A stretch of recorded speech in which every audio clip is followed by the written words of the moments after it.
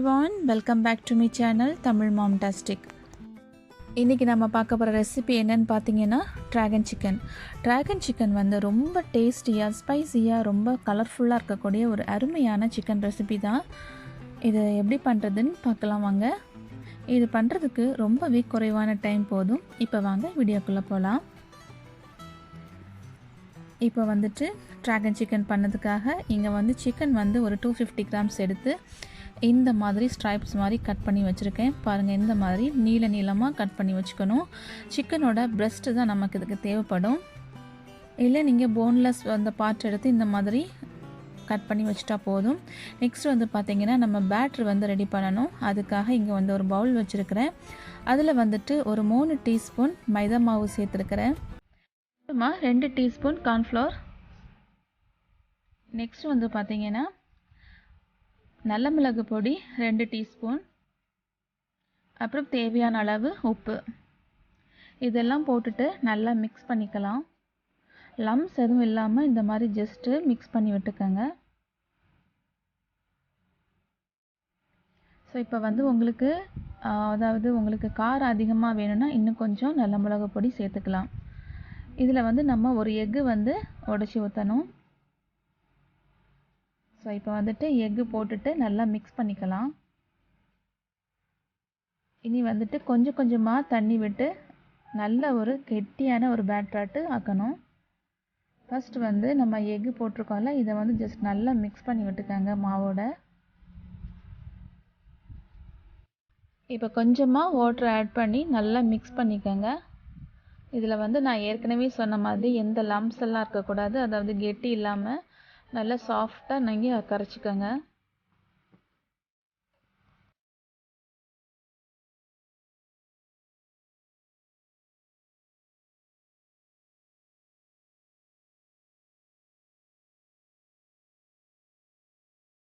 இப்போ வந்துட்டு நம்ம சிக்கன் பீசஸை இதில் போட்டுடலாம்.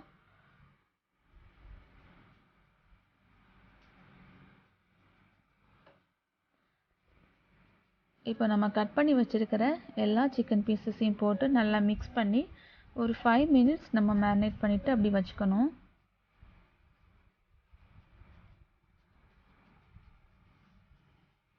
ஸோ அதை பார்த்தீங்களா, இந்த மாதிரி நல்லா மிக்ஸ் பண்ணிக்கோங்க. இப்போ வந்துட்டு உங்களுக்கு உப்பு தேவையாக இருக்கா இல்லையான்னு செக் பண்ணிக்கலாம். ஒரு 5 மினிட்ஸ் அப்படியே இருக்கட்டும். நெக்ஸ்ட் வந்து ஆயில் ஹீட் பண்ணியாச்சு. ஆயில் நல்லா சூடானதுமே வந்து நீங்கள் சிக்கன் போட்டு ஃப்ரை பண்ணிக்கணும். ஆயில் வந்து நல்லா ஹீட் ஆனதுக்கப்புறம் தான் நீங்கள் போடணும். ஸோ இந்த மாதிரி ஒவ்வொரு பீசஸாக போட்டு ஃப்ரை பண்ணி எடுத்துக்கலாம்.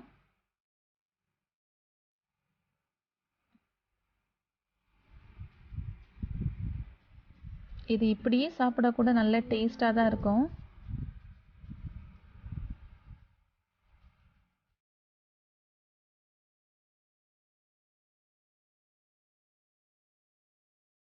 சிக்கன் வந்து நல்லா ஃப்ரை ஆயாச்சு. ஸோ பாருங்கள், இந்த மாதிரி கோல்டன் ப்ரௌன் ஆனதுமே கொஞ்சம் லைட்டாக திருப்பி போட்டுக்கோங்க.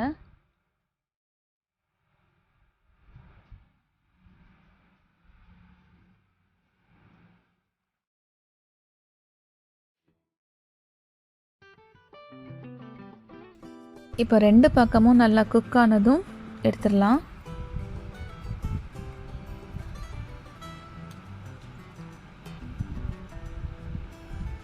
இப்போ ரெடி ஆகிடுச்சு.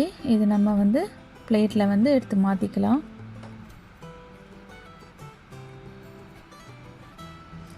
இப்போ நான் 2வது பேட்ச் போட்டிருக்கேன். அதுவும் இப்போ ரெடி ஆகிடுச்சு. இப்போ வந்து கிரேவி பண்ணலாம். அதுக்காக இங்கே வந்து நான் ஒரு பேன் வச்சுருக்கிறேன். அதில் வந்து கொஞ்சமாக கோகோனட் ஆயில் விட்டுக்கலாம். ஆயில் நல்லா ஹீட் ஆனதும் அதில் வந்து வெள்ளைப்பூடு வந்து இந்த மாதிரி குட்டி குட்டியாக கட் பண்ணி போடணும். நான் இங்கே வந்து 8 பல் வெள்ளைப்பூடு எடுத்து இந்த மாதிரி சின்ன சின்னதாக கட் பண்ணி போட்டிருக்கிறேன். இங்கெல்லாம் வந்து பார்த்திங்கன்னா வந்துட்டு வெள்ளைப்பூடுலாம் கொஞ்சம் பெரிய சைஸாக தான் இருக்கும். இப்போ இந்தியாவிலலாம் பார்த்திங்கன்னா கொஞ்சம் சின்ன சைஸில் வெள்ளைப்பூடு இருக்கும். ஸோ அதனால் நீங்கள் வந்து ஒரு முழு வெள்ளைப்பூடே ஃபுல்லாகவே இந்த மாதிரி குட்டி குட்டியாக கட் பண்ணி போட்டுக்கலாம். அடுத்ததாக வந்து நான் வரமிளகாய் சேர்த்துருக்குறேன். இங்கே நான் சேர்த்துருக்கிறது வந்து காஷ்மீரி சில்லி. அதுக்கப்புறமா 2 மீடியம் சைஸு ஆனியன் எடுத்து இந்த மாதிரி ஸ்லைஸ் பண்ணிவிட்டு இதில் வந்து ஆட் பண்ணியிருக்கிறேன்.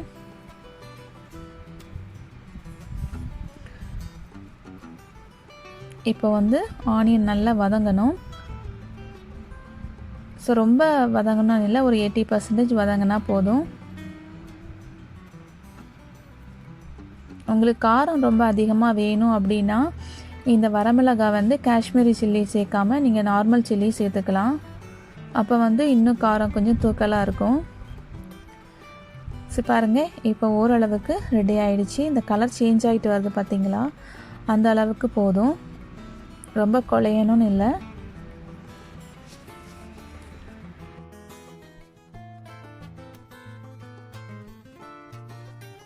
இப்போ வந்து சாஸ் சேர்க்க போகிறேன். இதில் வந்து ஃபஸ்ட்டு சில்லி சாஸ் வந்து ஒரு 2 டீஸ்பூன் அளவுக்கு சேர்த்துருக்குறேன்.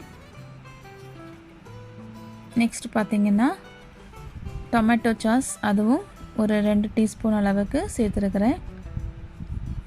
அப்புறமா சோயா சாஸ், அதுவும் ஒரு 1.5 டீஸ்பூன் அந்த அளவுக்கு சேர்த்துருக்குறேன்.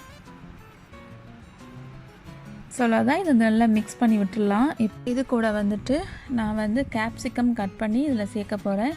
இப்போ நான் இங்கே வந்து யூஸ் பண்ண போகிற கேப்சிகம் பார்த்திங்கன்னா ரெட் அண்ட் ஆரஞ்சு கலர்.